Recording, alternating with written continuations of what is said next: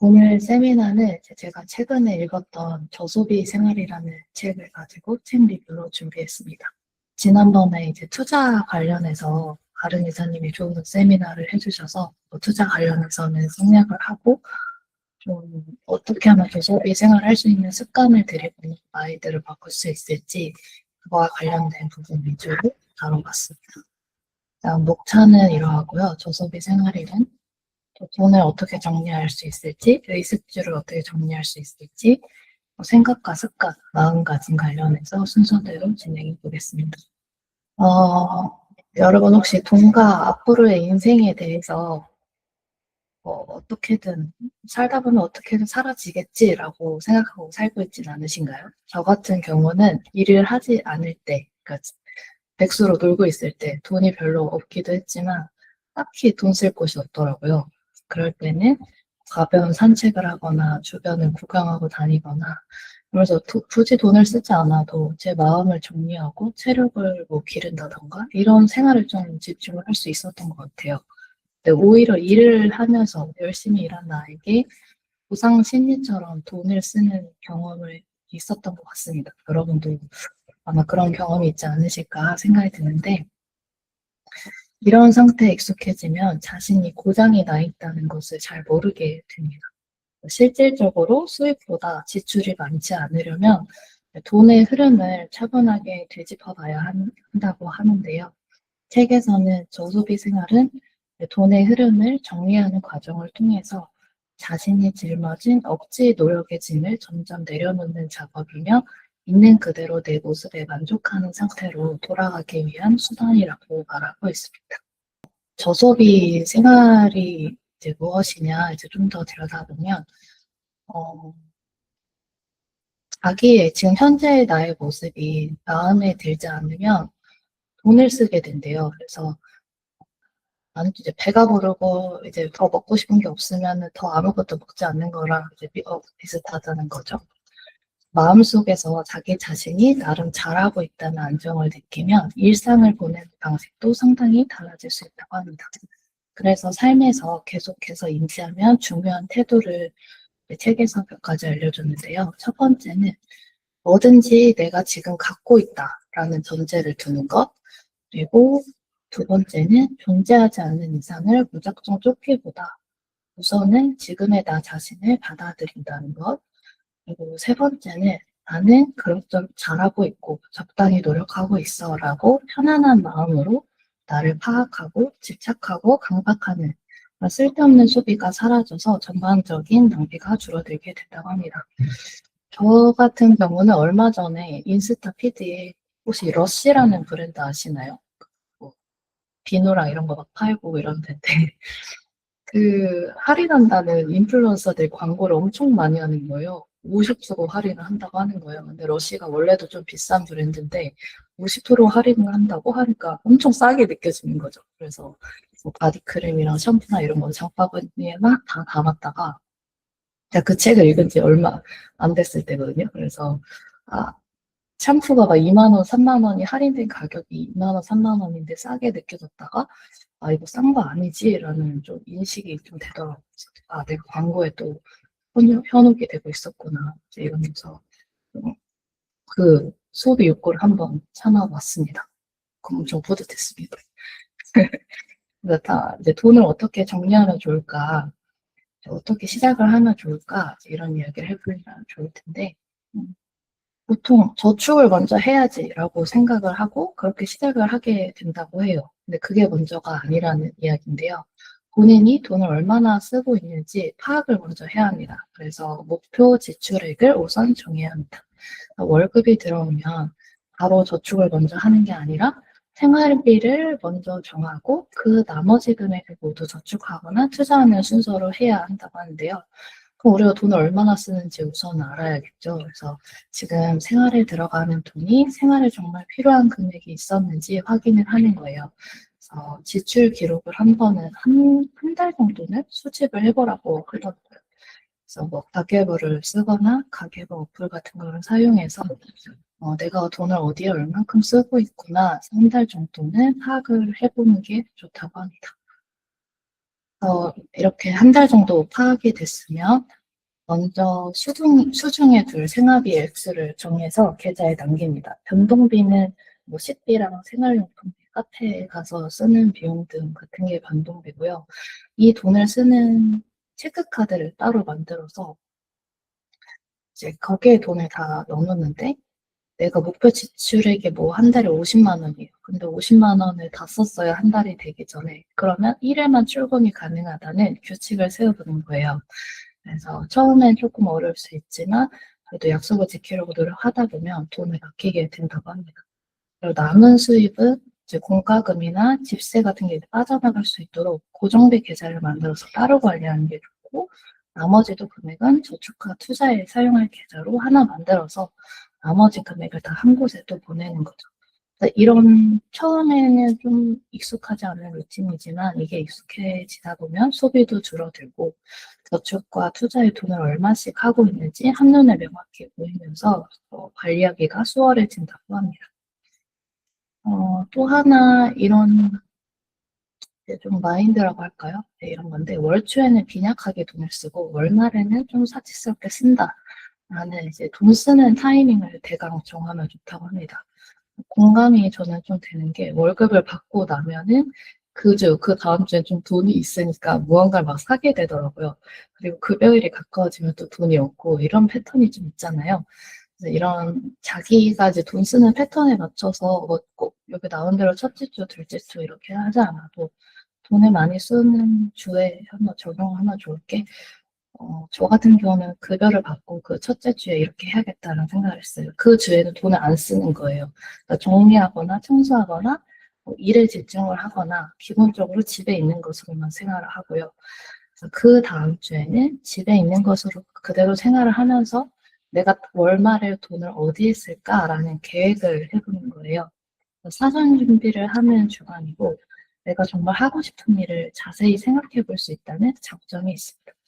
셋째 주에는 하고 싶은 일을 돈을 조금씩 쓰기 시작하는데 이걸 이제 기다렸다면 이제 돈을 펑펑 쓰는 게 아니라 우선순위가 높은 때부터 돈을 씁니다. 우선순위는 이제 높은 거는 당장 없으면 불편한 것, 우선순위가 낮은 거는 이미 집에 있지만 그냥 사고 싶은 거 이런 거 이제 우선순위가 낮은 거죠. 그래서 넷째 주는 작은 사치를 하는 기간인데 구매를 일시적으로 느슨하게 풀거나 뭐 미술 전시를 보러 가거나 가고 싶었던 카페에 간다던가 하는 작은 사치를 할 수 있는 시간입니다. 네, 이게 어떤 도움이 되느냐 하면 이제 저축에 매달려서 계속 돈을 쫓기보다는 무의식적으로 해온 불필요한 지출을 줄이는 편이 생활의 만족도를 올리는 방법입니다.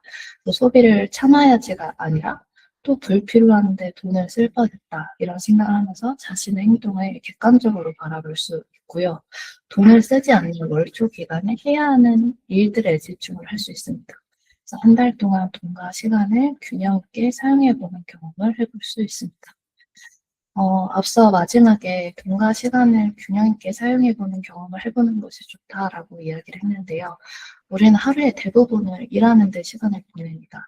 그러다 보면은 취미에 시간을 투자하기가 어려울 때가 많은데 그럴 때 앞으로 어떻게 일을 해나갈 것인가 고민해보게 되잖아요. 본인이 해야 하는 일들을 한번 나열해보고 본인의 취미도 나열해보고 일상에서 해야 하는 일들도 써보시고요. 여기서 몇 가지 일을 조합을 해보는 건데요. 저자가 이 부분에서 말하고 하는 바에 성과랑 효율성에만 집착을 하다 보면 뭔가 마음이 쉽게 피폐해지고 그러다 보면 주변이 엉망이 된다고 합니다. 집이 지저분해지거나 일상이 무너지고 마음이 지친다는 이야기겠죠. 그렇다고 일상만 중요하게 생각해도 균형이 무너집니다. 그러니까 본인에게 맞는 균형을 찾아가도록 우리는 끊임없이 노력을 해야 되는데요. 예시에서처럼 독서를 하고 청소하기 이런 방법은 제가 생각했을 때는 뭐 밀리의 서재 같은 듣는 책 어플도 요새 있잖아요. 그러면서 청소를 할 수도 있고 또 카페에서 시간을 보내는 것이 좋으면 카페에 가서 뭐 우리에게 도움이 되는 어떤 다른 일들을 같이 할 수가 있겠죠. 일만 하고 넉다운 돼서 누워만 있지 말고 그러면 일상이 무너지니까요. 이렇게 힘들어도 균형을 찾는 연습을 해보는 거죠. 다음 주제는 의식주 정리입니다. 물건을 이제 사기 전에 갖고 있는 물건 중에 사용하지 않는 물건들을 우선 처분해야 됩니다. 저도 이 책을 보고 이제 신년 맞이한다 하면서 집안에 안 쓰는 물건들을 다 꺼내봤어요. 제가 사놓고 쓰지 않는 물건들이 꽤 있더라고요.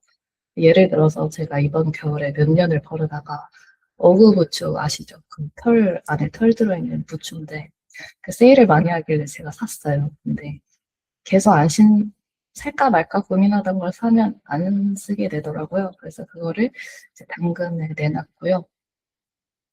여러분들도 아마 분명 있으실 것 같아요. 뭐 사용하지 않는 게임기나 뭐 이런 것들 비싸게 줬고 그렇지만 쓰진 않고 이런 것들은 당근에서 아주 잘 팔리니까 다 처분을 한번 해보시면 좋을 것 같습니다. 공간을 비우는 것도 심리적으로도 도움이 많이 되더라고요. 몇 달이 길었지만 이어서 하면은 저희는 이제 클릭 한 번만 하면 물건이 다음날 바로 도착하는 시대에 살기 때문에 일단 사지 않는다라고 마음을 먹는 게 중요하고요. 이 물건을 사고 싶은 이유가 이 물건을 사게 돼서 내 기분이 나아지기 때문에 사고 싶은 것인지 구분을 해야 합니다. 저 같은 경우 예전에는 술이 그랬는데요. 술을 사면 이걸 먹고 기분이 좋아질 거야라는 단순한 생각을 했었는데 그게 맞지 않다는 걸 최근에 느껴서 술을 많이 줄였습니다. 그리고 다음 주제는 이제 생각과 습관을 정리하는 건데요.